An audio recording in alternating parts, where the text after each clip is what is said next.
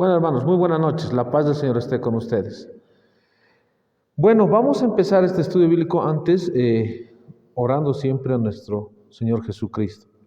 Padre Santo, Padre bendito, gracias por este día y que todo lo que hagamos sea para darte la gloria y la honra a ti, Señor Jesús. Gracias, Padre, gracias, amado Espíritu Santo. Que todo exactamente esté en tu perfecta voluntad. Gracias, Señor Jesucristo. Amén, amén, amén.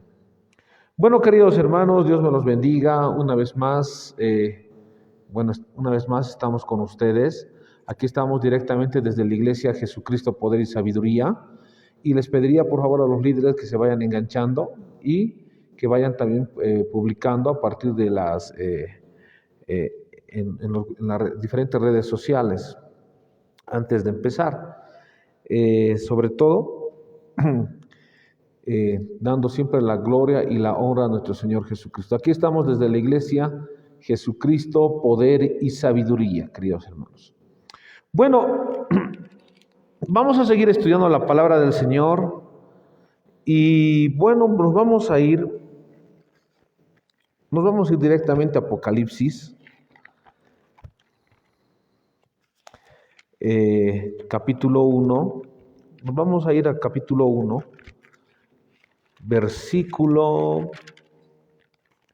Vamos a ver capítulo 1, versículo 1, la revelación de Jesucristo, y vamos a ir un poco desglosando algunos conceptos teológicos, algunas cosas que son muy importantes para entender lo que es el Apocalipsis. Bueno, dice la revelación de Jesucristo que Dios le dio para manifestar a sus siervos las cosas que deben suceder pronto, y las declaró enviándola por medio de su ángel a su siervo Juan, la palabra del Señor. Revelación, queridos hermanos, hoy día vamos a hablar de la revelación. La palabra revelación viene del griego apokalupsis, que significa quitar el velo, ¿no? Si quiere llamárselo así, metafóricamente se da a entender como que una mujer está, o una novia en este caso, está como con velo y no puede ver más allá. Entonces, bajo este aspecto, apocalipsis en el griego significa la revelación, quitar el velo, eso significa, ¿no? Entonces, es por eso muy importante empezar a entender lo que es la revelación, ¿no? Se ha ido manejando muchos conceptos, sobre todo se ha ido, si quiere llamárselo así, se ha ido luchando, se ha ido yendo en contra de lo que es la revelación de Jesucristo, ¿no? Entonces, por ejemplo, el Concilio del Vaticano II del Papa Juan XXIII, en este Concilio del Vaticano II empiezan a dar diferentes conceptos que no son teológicos ni bíblicos de lo que es la revelación. Tú lo puedes buscar, por ejemplo, el concepto de lo que es Yves Conga, que es lo que él empieza a plantear de lo que es la nueva revelación para la nueva iglesia. Entonces, bajo este aspecto, por supuesto, que se empieza a manejar diferentes conceptos teológicos, filosóficos, teológicos entre comillas, más filosóficos, porque cuando se empieza a cambiar a las palabras los significados, entonces lo preocupante es que se puede entrar en un campo de una dominación neurolingüística. ¿A qué me refiero cuando hablo del concepto de dominación neurolingüística? Dominación neurolingüística es cuando se cambian a las palabras los significados. Y eso es muy, pero muy peligroso. Saludos a Nelson Eduardo Choque López. Saludos a Samuel Morales. Felicidades, hermano. Dios te bendiga. Saben que es muy preocupante esto porque cuando se empieza a cambiar los conceptos o los significados a las palabras, hay una tendencia a querer entrar a una dominación neurolingüística, ¿no? Esto, por ejemplo, de la dominación neurolingüística se va a ver en el campo filosófico con la ideología de género, ¿no?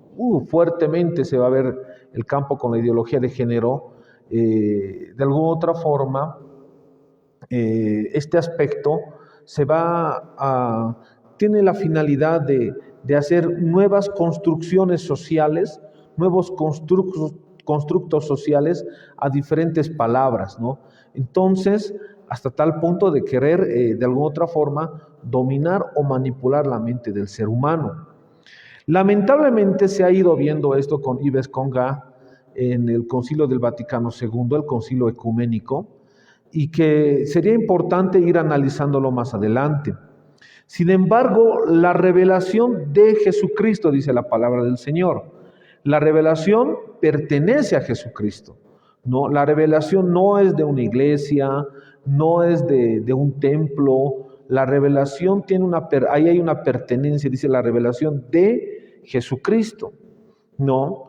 Entonces, bajo este aspecto, se ha ido plasmando y se ha ido señalando, sobre todo a partir del Concilio del Vaticano II, que la revelación se ha ido luchando para que no sea así, que la revelación sea de una institución eclesial o que sea de una persona, pero que no sea de Jesucristo, ¿no?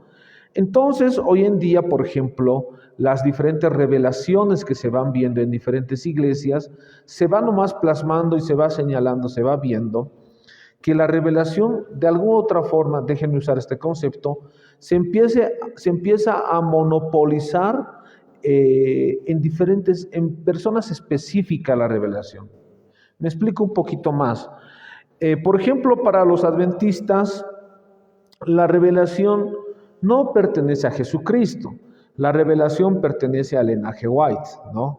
Entonces te van a decir, si tú no, la única elegida es Ellen G. White, no hay otra como Ellen G. White, y si alguna parte o una interpretación bíblica contradice a Ellen G. White, bueno, dicen ellos, ¿no?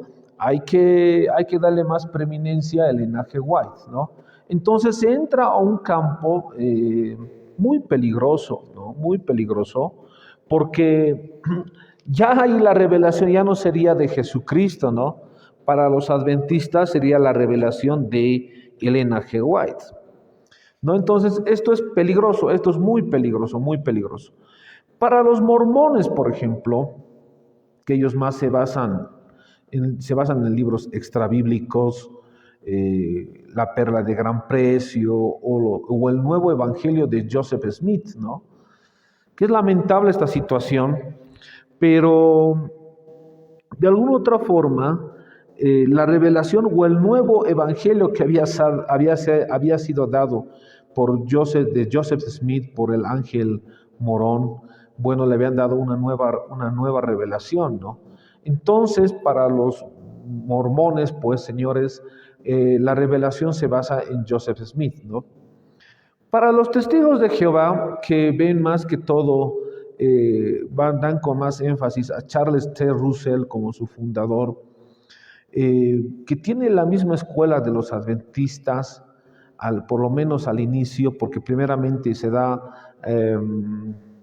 empieza a tener más fuerza ya hay una consolidación, si quiere llamárselo así, de la iglesia, iglesia entre comillas, de los testigos de Jehová, y posteriormente, pues, a raíz hay un desprendimiento de los testigos de Jehová, y ahí ya nace lo que es el linaje White, ¿no? Entonces, ¿a qué quiero llegar? Para los testigos de Jehová, Jesucristo es un ángel, ¿no? Te van a hablar de Jehová y, bueno, que te hablan de un solo Dios y todo, ¿no? Pero cuando tú buscas, por lo menos, y empiezan a marearte, ¿no? Con diferentes estudios y no le dan mucha importancia a lo que ha hecho nuestro Señor Jesucristo en la cruz del Calvario o la obra de la cruz, ¿no? Entonces, la revelación para en este caso para los testigos de Jehová, pues está en su fundador, que es Charles T. Russell. Pero aquí la palabra del Señor es muy clara.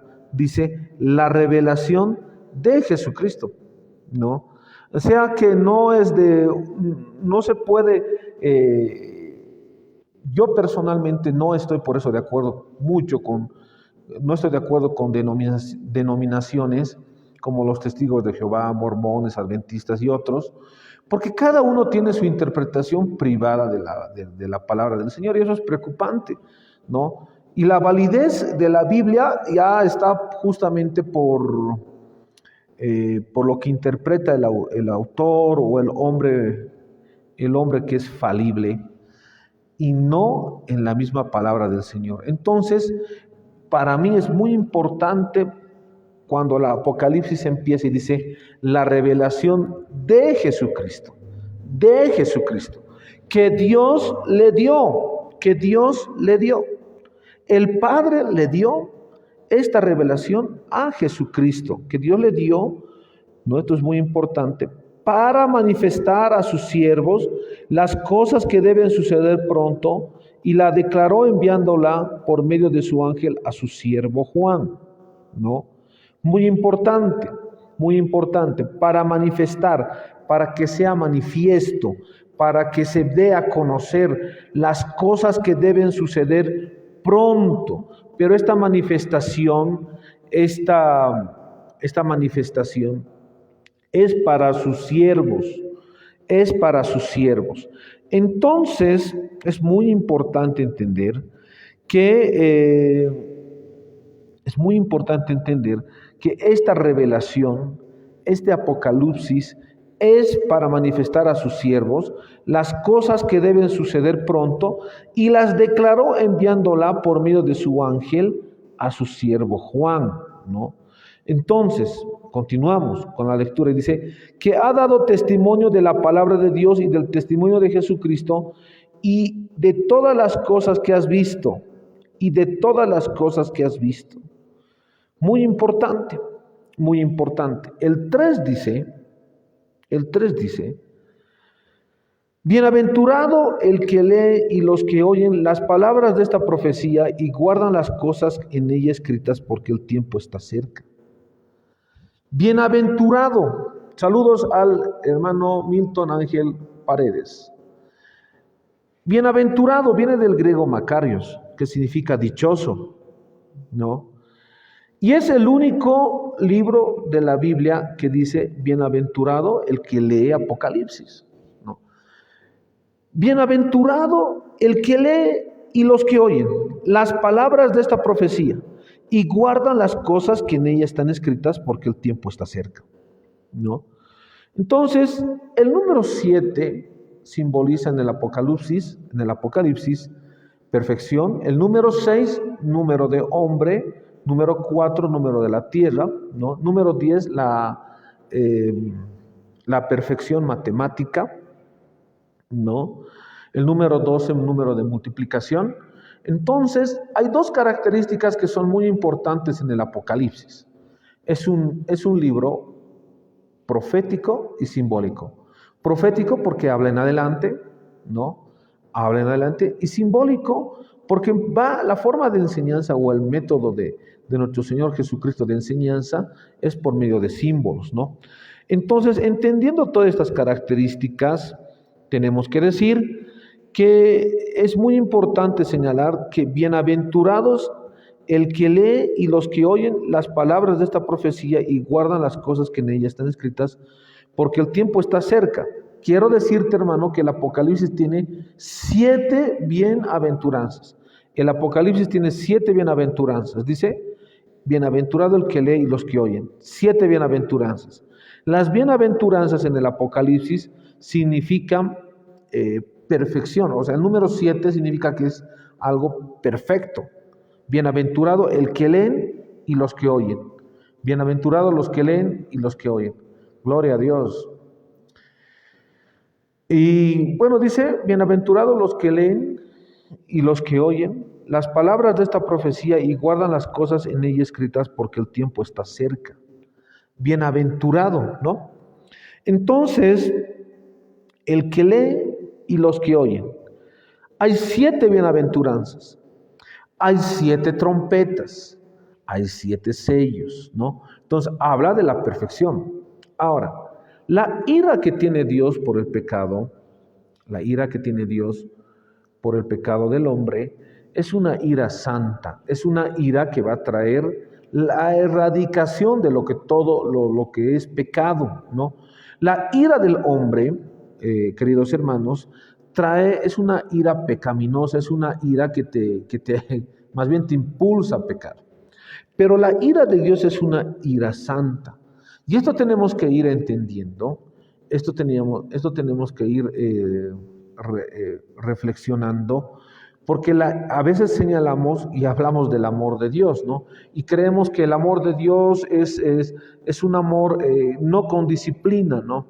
Y veo tristemente escuchar pastores que hablan del amor, que Dios es amor, y es amor, pero el amor de Dios es también un amor con disciplina, ¿no? Es un amor para hablar del amor de Dios, también tienes que hablar de la ira, ¿no? Entonces, esto es muy importante entenderlo, hermano, porque hoy en día hay falsas doctrinas en donde se empieza a tergiversar de alguna otra forma y decir, no, hablan del amor y del amor y del amor, pero no hablan que el tiempo de gracia se está acabando, exactamente la semana 69 de Daniel se está terminando para entrar a la semana 70, ¿no? Dice Milton Ángel Paredes, dice, paz y bendiciones, mi hermano, shalom, shalom hermano. Esperamos que tengamos, te hago una invitación hermanos para que vayamos estudiando algunas palabras y algunos, hacer unas explicaciones o algún mensaje en el hebreo arameo, ¿sí? Entonces estamos a tu disposición y sería interesante que vayamos haciendo estos estudios juntos, hermanos, ¿sí? Para que vayamos extendiendo también la palabra del Señor, ¿no? Shalom, hermano. Bien, entonces, dice, bienaventurados los que leen y los que oyen las palabras de esta profecía y guardan las cosas que en ella están escritas porque el tiempo está cerca, ¿no? Entonces, es muy importante entender, es muy importante reflexionar, el tiempo está cerca. ¿A qué nos referimos cuando señalamos, o a qué se refiere la palabra del Señor cuando dice el tiempo está cerca? Bueno, cuando hablamos de la palabra tiempo, hay 2 palabras en el griego que se usa, es cronos y kairos. Y cronos es un tiempo, primeramente tenemos que entender que esto es un poquito, para hablar del tiempo, antes de entrar a esa parte, vámonos a Juan 1.1, y aquí vamos a hablar un poquito del tiempo y del espacio. Y nos vamos a dar cuenta que el inicio del relato bíblico es en el inicio del tiempo y del espacio, ¿no? Por eso es muy importante hablar del tiempo, del cronos y del kairos. Lo voy a tratar de hacer desde un punto de vista teológico-científico. Dice, en el principio era el verbo, Juan 1.1, y el verbo era con Dios y el verbo era Dios, ¿no? En el principio era el verbo y el verbo era con Dios y el verbo era Dios y este era en el principio con Dios. Ahora, en Juan 1.1 la palabra del Señor empieza con el principio. En Génesis 1.1 también se empieza con el principio. Nos vamos a ir a Génesis 1.1 y justamente vamos a encontrar, de alguna otra forma vamos a encontrar igual la palabra principio. Dice, en el principio creó Dios los cielos y la tierra. En el principio. Había un hermano que me decía, un ateo más que todo, ¿no? Se puede decir que era un ateo filósofo. Y me decía, ¿por qué te limitas a hablar solamente la historia hace 2000 años? ¿No? Lamentablemente, esta persona ignoraba que la palabra del Señor empieza juntamente en Génesis empieza con la palabra el principio, ¿no? El principio. Entonces, por ejemplo, aquí la palabra el principio, en el hebreo se lee como una cosa vacía, como una cosa vana, como un desperdicio, ¿no? Por ejemplo,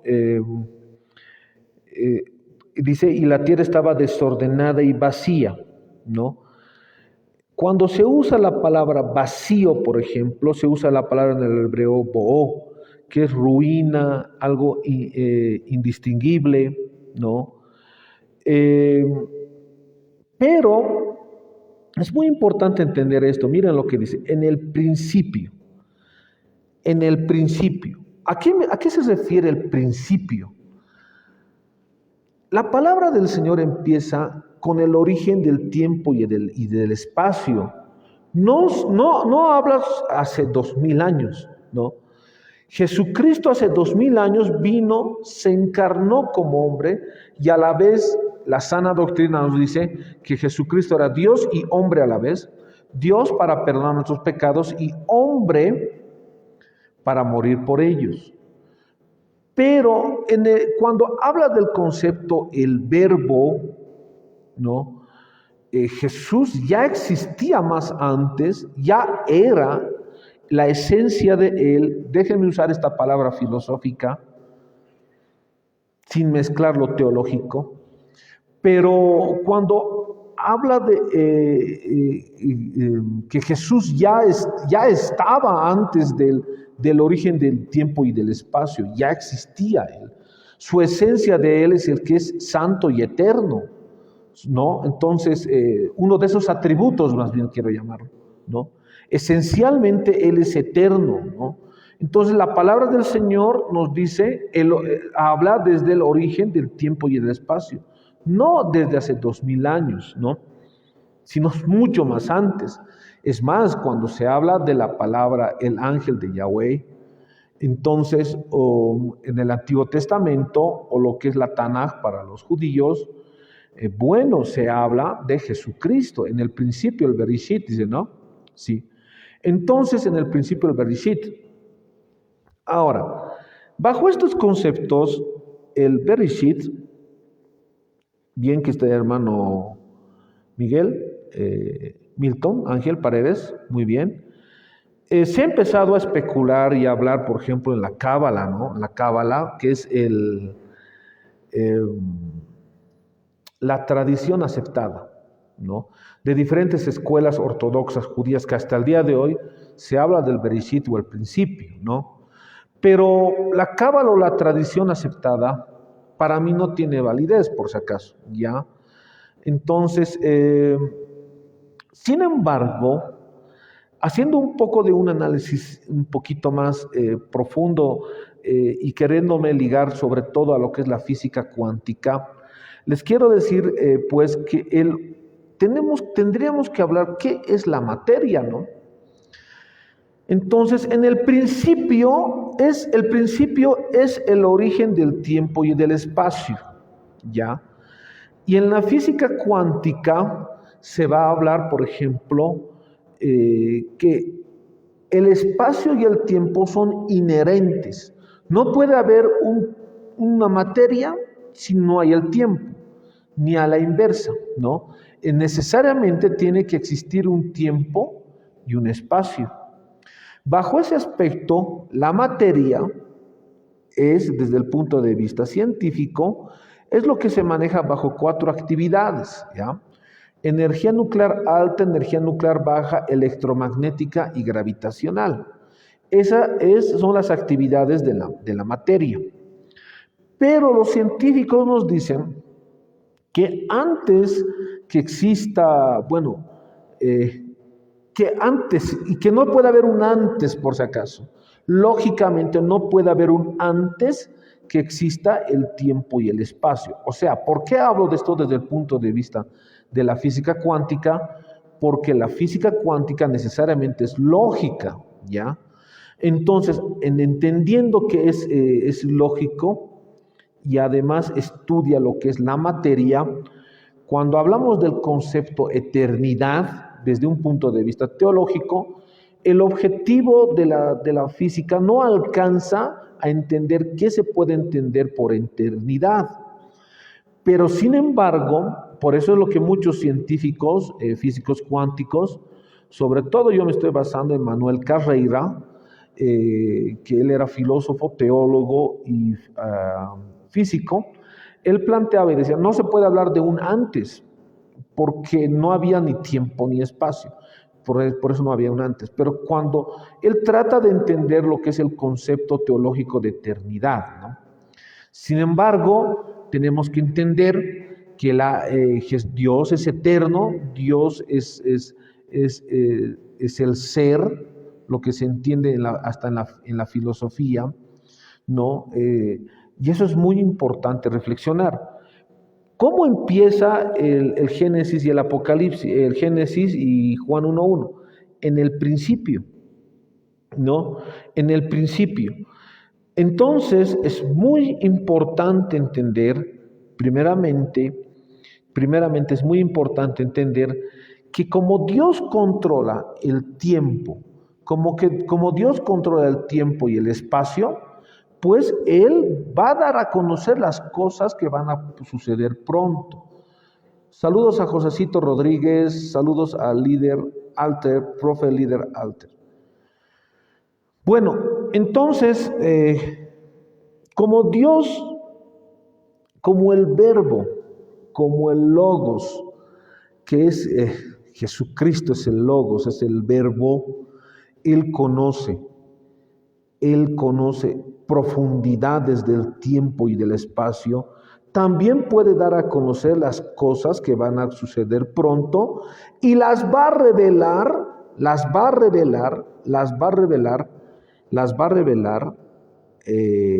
a sus siervos. Saludos a Andrea Belén Suxo Bustillos. Bendiciones, hermano. ¿Va a revelar a quién? A sus siervos. Dios tiene todo bajo control. Vemos que hoy en día el nuevo orden mundial tiene mucho poder político, económico y en todo sentido, ¿no? Tiene un poder tremendo. Pero Dios no deja de ser todopoderoso. Y esto es bien importante reflexionar, que, muchas eminencias políticas, si quiere llamárselo así, tienen poder. Y un poder hasta que asusta, ¿no? Pero Dios no deja de ser todopoderoso, porque Él lo controla todo, ¿no? Él lo controla todo. Dios tiene sus propósitos, ¿no? Entonces, entendiendo esto, entendiendo que el principio está muy relacionado a la materia y que Dios domina la materia y también domina el mundo espiritual, podemos decir que Dios va a dar a conocer las cosas que van a suceder pronto, porque Él domina lo espiritual y también lo material. Entonces, entendiendo esto, hay dos conceptos que tenemos que entender en el ámbito, sobre todo escatológico, que es el cronos, ¿no? Y el kairos. Y el cronos, desde el punto de vista bíblico, no punto de vista, que es la palabra de Dios, no, perdón, retiro lo dicho. No es un punto de vista, la palabra de Dios no es una cosmovisión, por si acaso. La palabra cosmovisión no la comparto. Cosmovisión bíblica no vas a encontrar en la Biblia. Lamentablemente, estoy viendo que en muchos lugares se está hablando de cosmovisión bíblica. La palabra cosmovisión es un constructo filosófico basado, que lo ha planteado el filósofo Wilhelm Dilthey, para entender un paradigma o un punto de vista, ¿no? Pero la palabra del Señor es absoluta, ¿no? Tanto que en el griego se usa la palabra grafos, o sea, la palabra del Señor está sellada, dice, ¿no? Entonces es algo absoluto aún en puntos y comas. Bajo este aspecto, la palabra del Señor va a señalar que el cronos y el kairos son tiempos proféticos que va a vivir el mundo entero, ¿no? Y que Dios lo va a revelar todo a sus siervos. Entonces, eso es muy importante. Lo segundo, que es también muy importante señalar, ¿por qué no estoy de acuerdo? Dice la hermana Melanie Flores, es la verdad absoluta, dice, por supuesto. La palabra de Dios es la verdad absoluta, ¿no? ¿Y por qué es la verdad absoluta? Porque no tiene una falla ni siquiera, porque es la palabra de Dios. Ahora, las traducciones de la Biblia sí pueden tener fallas. Eso es muy importante entender. Pero el original no lo tiene, por si acaso. Bueno, entonces, en ese sentido, como Dios domina la materia y Dios domina lo espiritual, entonces va a dar a conocer los tiempos proféticos que se va a vivir a nivel mundial. Ahora, la revelación está muy ligada a lo que es la verdad, ¿ya? ¿Qué se entiende por verdad? ¿Por qué generalmente trato de conceptualizar estos, cuando señalo la verdad? En la palabra del Señor se usa la palabra aletheia, en el griego se usa la palabra aletheia. ¿Y qué es aletheia? Aletheia es que los católicos lo leen esta palabra en el griego como aletheia, ¿no? Que el significado es el mismo, pero la pronunciación me refiero. Aletheia significa que solamente, o sea, que Jesucristo es la verdad. Él es el camino, la verdad y la vida, ¿sí? Entonces, Él es el camino, Él es la verdad, Él es la vida, y fuera de Él no hay verdad, fuera de Él no hay camino, y además fuera de Él ni siquiera hay existencia, ¿ya? Esto es muy importante reflexionar. Fuera de Él no hay existencia. Bueno, eso vamos a de repente hablar en otra ocasión. Pero nadie era digno de revelarse. Ningún profeta podría revelar a cabalidad la profecía, porque Él era la verdad.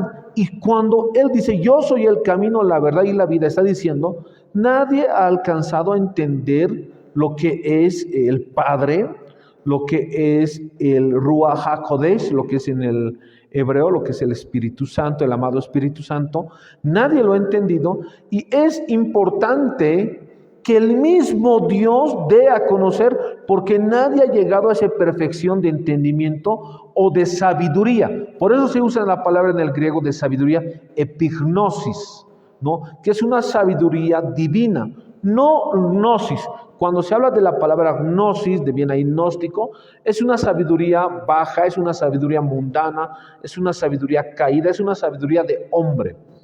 Entonces, la palabra del Señor no se puede basar en una sabiduría humana, gnóstica, no, nace de una sabiduría divina, epignosis, que es superior a la humana. Es por eso que además en la sabiduría humana, cuando se habla del Evangelio, en el hebreo Bereshit, Evangelio, buena nueva, es locura para unos, es locura, porque no llega a entender, no llega a reflexionar una sabiduría tan alta como es la sabiduría divina.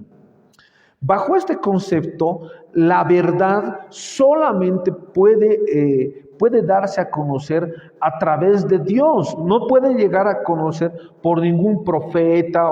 Los profetas hablaban del Mesías, ¿no? Del Mesías, que iba a venir y a revelar cosas profundas, ¿no? Porque él era la verdad, Él era el camino, y además su gobierno iba a ser un gobierno que iba a ser eterno, el estado eterno lo llaman, ¿no? Entonces, esto lo vas a ver en Daniel 2:44, pero la verdad solamente la puede dar Dios, no la puede dar un hombre. Entonces, por eso, de alguna otra forma, nosotros aquí en la iglesia Jesucristo, Poder y Sabiduría, ¿qué les decimos? que nosotros transmitimos el mensaje de Dios, no cambiamos, porque es una verdad absoluta, divina, que nadie, ningún hombre puede cambiar, porque nadie ha llegado a ese grado de santidad o de sabiduría. Por eso en el griego la palabra predicar se usa la palabra querigma, que significa transmitir, no dice cambiar el mensaje. Bajo este aspecto, el que tiene la verdad, que es Jesucristo, el que entiende la verdad, que es Jesucristo, Él solamente nos puede revelar. Él solamente puede revelar las cosas que van a suceder pronto y las va a dar a sus siervos, a sus hijos. Y esto es muy importante entender, porque cuando se usa la palabra verdad o el concepto filosófico de ser, no es que esté mezclando la filosofía y la teología, sino que más bien hay puntos en común de estudio en el ámbito teológico y filosófico que me llega a llamar mucho la atención.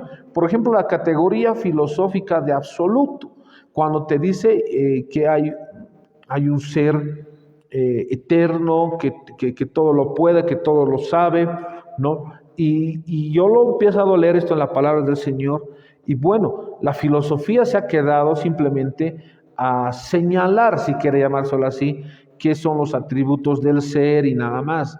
Pero Jesucristo identificó y dijo, yo soy el camino, yo soy el ser, yo soy el camino, la verdad y la vida.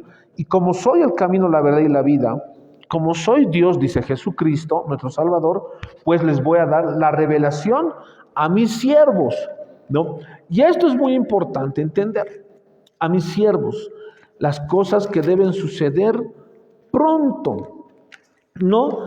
Entonces, a partir de ahí, señores, es que el espíritu del anticristo, y ahora esto un poquito es muy importante analizarlo, porque estábamos hablando del Concilio del Vaticano II, que es la base también de todo el ecumenismo, de alguna otra forma, porque se empieza a hacer una forma de dominación neurolingüística, cambiar significados, en diferentes conceptos teológicos como iglesia, por ejemplo, el atrevimiento que ha tenido Yves Conga al tratar de cambiar lo que es el amado Espíritu Santo, el Ruach HaKodesh, le ha dado otro significado, y el atrevimiento también de los testigos de Jehová, decir que el Espíritu Santo, el amado Espíritu Santo es una energía, ¿no?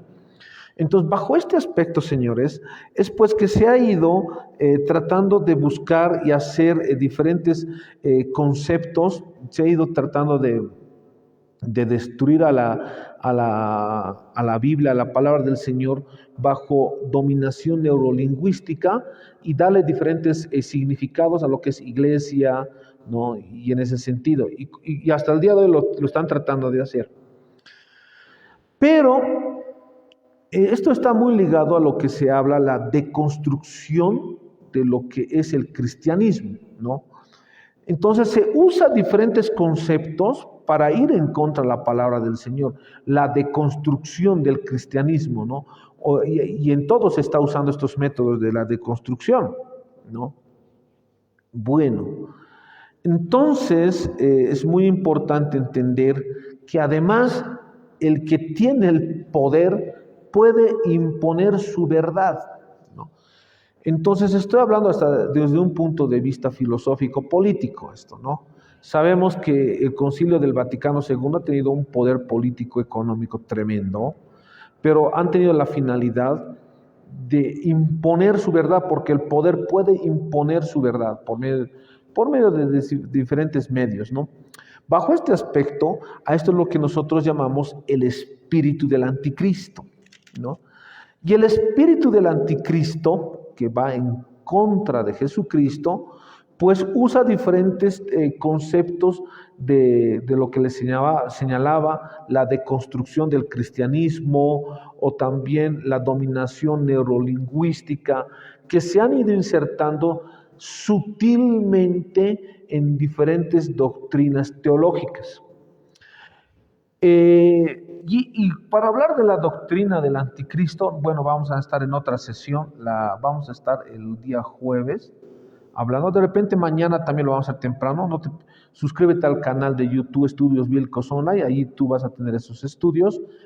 Hay un estudio de deconstrucción del cristianismo y bueno, pero sutilmente se ha ido metiendo diferentes falsas doctrinas, pero en el fondo son filosofías huecas, lo hemos ido nosotros identificando, ¿no? Entonces, hasta tal punto de que las iglesias, sobre todo las denominaciones, han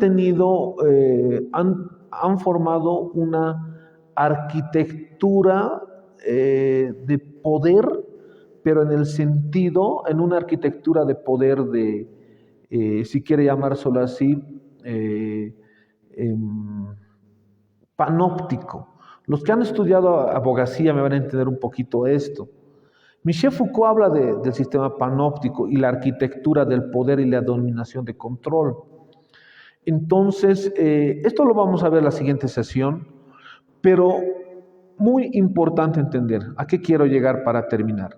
Se debe luchar porque se debe luchar para que la revelación, como dice la palabra del Señor, la revelación es de Jesucristo.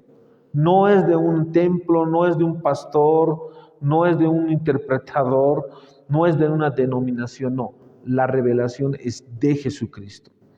Y en este sentido, bueno, hay un espíritu de anticristo que está tratando de que la revelación justamente sea de Jesucristo y todo lo que dice la palabra del Señor. Miren lo que dice, la revelación de Jesucristo que Dios le dio para manifestar a su siervo las cosas que deben suceder pronto. Y la declaró enviándola por medio de su ángel a su siervo Juan. Bueno, queridos hermanos, Dios me los bendiga. Bueno, suscríbete al canal Estudios Bíblicos Online.